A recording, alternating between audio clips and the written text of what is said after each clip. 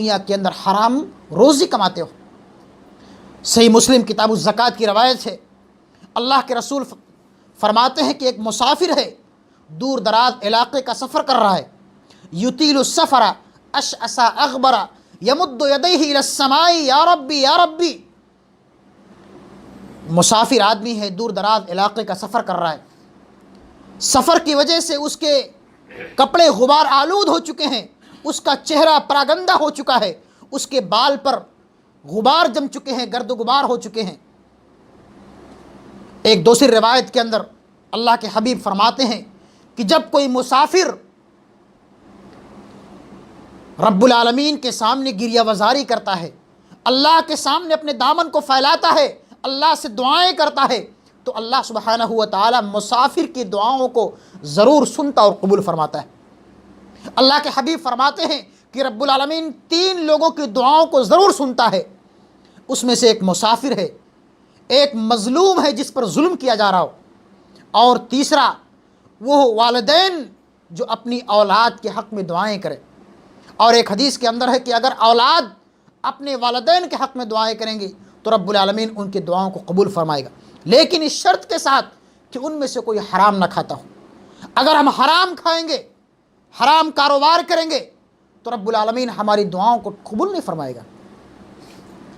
اس حدیث مبارکہ کے اندر اللہ کے حبیب فرماتے ہیں کہ آدمی مسافر ہے، دور دراز علاقے کا سفر کر رہا ہے، خانہ کعبہ کا طواف کرنے کے لیے صفا اور مروہ کا سعی کر رہا ہے، مقام عرفات میں وقوف کر کے، مزدلفہ میں وقوف کر کے رب العالمین کے سامنے گریہ وزاری کر رہا ہے، خانہ کعبہ کے دروازے کو پکڑ کر کے اللہ سے رو رہا ہے، گڑگڑا رہا ہے۔ یہ سب ایسے مقامات ہیں جن کے بارے میں اللہ اور اس کے رسول کا فرمان ہے کہ اگر انسان خانہ کعبہ کا طواف کرتے ہوئے رب العالمین سے دعائیں کرے گا، خانہ کعبہ کے دروازے کو پکڑ کر کے اگر وہ دعائیں کرے گا، مقام عرفات میں اگر وہ دعائیں کرے گا، مزدلفہ میں دعائیں کرے گا، اسی طرح صفا اور مروہ کے درمیان دعائیں کرے گا، تو اللہ سبحانہ و تعالیٰ اس کی دعاؤں کو ضرور قبول فرمائے گا۔ لیکن اس حدیث کے اندر اللہ کے رسول فرماتے ہیں، صحیح مسلم کتاب الزکوٰۃ کی روایت ہے کہ آدمی مسافر ہے، یطیل السفر اشعث اغبر یمد یدیہ الی السماء یا ربی یا ربی ومطعمہ حرام ومشربہ حرام وملبسہ حرام وغذی بالحرام فأنی یستجاب لذلک۔ ایسے مسافر کی دعاؤں کو، ایسے حاجی اور نمازی کی دعاؤں کو اللہ رب العالمین ٹھکرا دیتا ہے، رد کر دیتا ہے۔ کیوں؟ ومطعمہ حرام، اس کا کھانا حرام کمائی کا ہوتا ہے، وملبسہ حرام، اس کا پینا حرام کمائی کا ہوتا ہے، اس کے جسم کے اوپر جو لباس ہے وہ حرام کمائی کا ہے۔ انسان نے سودی کاروبار کر کے، لوگوں کو دھوکہ دے کر کے، بےایمانی کر کے، چوری کر کے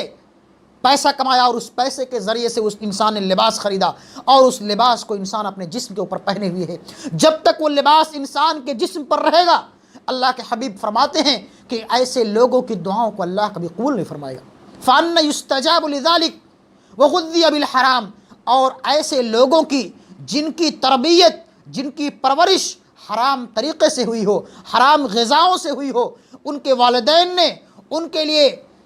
اپنی اولاد کے لیے، اپنی اولاد کو کھلانے اور پلانے کے لیے حرام طریقوں کو استعمال کر کے، حرام سودی کاروبار کر کے اور اس طرح سے بےایمانی کر کے روزی کمایا، اور وہی روزی لا کر کے اپنی اولاد کو کھلا رہے ہیں۔ فَأَنَّ يُسْتَجَابُ لِذَلِكَ، تو ایسے لوگوں کی دعاؤں کو اللہ کیوں کر قبول فرمائے گا؟ یہ صحیح حدیث کتاب الزکوٰۃ، صحیح مسلم کتاب الزکوٰۃ کی روایت ہے۔ اس حدیث مبارکہ کے اندر اللہ رب العالمین اور نبی کائنات ہم کو اس بات کی تعلیم دے رہے ہیں کہ ہم نے اپنے بندوں کو، جس طرح سے ہم نے اپنے رسولوں کو اس دنیا کے اندر حلال کمانے اور کھانے اور کھلانے کا اور کثرت سے اعمال حسنہ کرنے کا حکم دیا ہے، اسی طرح سے ہم نے اپنے مومن بندوں کو بھی حلال کمانے، کھانے اور کھلانے کا حکم دیا ہے۔ جب بندہ حلال کھائے گا تو اللہ اس کی دعاؤں کو قبول کرے گا، اس کے روزی روٹی میں، اس کے کاروبار میں برکت دے گا۔ اللہ رب العالمین فرماتا ہے سورہ زاریات کے اندر کہ وَمَا خَلَقْتُ الْجِنَّ وَالْإِنسَ إِلَّا لِيَعْبُدُونَ، ہم نے انسانوں اور جناتوں کو اس دنیا کے اندر صرف اور صرف اپنی عبادت کے لیے پیدا کیا۔ ہم نے بندوں کو قسم قسم کے، ان پر بندوں پر قسم قسم کے انعامات اور احسانات کیے ہیں، بندوں کو چلنے اور پھرنے کے لیے 2 ہاتھ اور پاؤں دیے ہیں، دیکھنے کے لیے 2 آنکھیں دی ہیں، کام کاج کرنے کے لیے 2 ہاتھ دیے ہیں، بولنے کے لیے زبان دی ہے، سونگھنے کے لیے ناک دیا ہے، سننے کے لیے کان دیا ہے، سوچنے اور سمجھنے کے لیے دماغ دیا ہے۔ یہ اللہ کا بہت بڑا احسان ہے۔ اگر بندہ رب العالمین کے صرف انہی انعامات کی شکر گزاری کرنا چاہے تو کبھی اس کا شکریہ ادا نہیں کر سکتا، لیکن انسان ہے کہ اللہ کے ان انعامات کو بھول جاتا ہے، رب العالمین کے بتائے ہوئے احکامات سے روگردانی کرتا ہے۔ اللہ نے ہم پر دن اور رات میں 5 وقت کی نماز فرض قرار دی ہے، لیکن ہمارا حال کیا ہوتا ہے؟ ہم اپنے دوستوں کے ساتھ، اپنے احباب کے ساتھ، اپنے بال بچوں کے ساتھ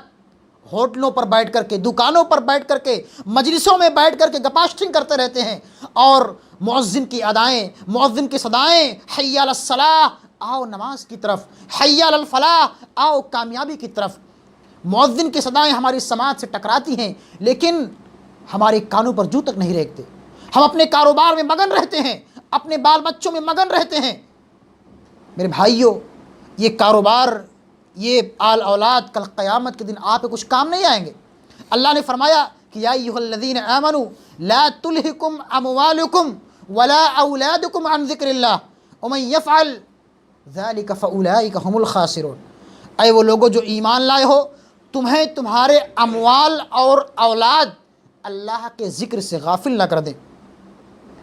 اور جو اپنے آل اولاد، اپنے بال بچوں کے چکر میں اور کاروبار اور تجارت اور دکان کے چکر میں پھنس کر کے اللہ کے ذکر سے غافل ہو جائے گا، فاولئک هم الخاسرون، تو ایسے ہی لوگ تو خسارہ اٹھانے والے ہیں۔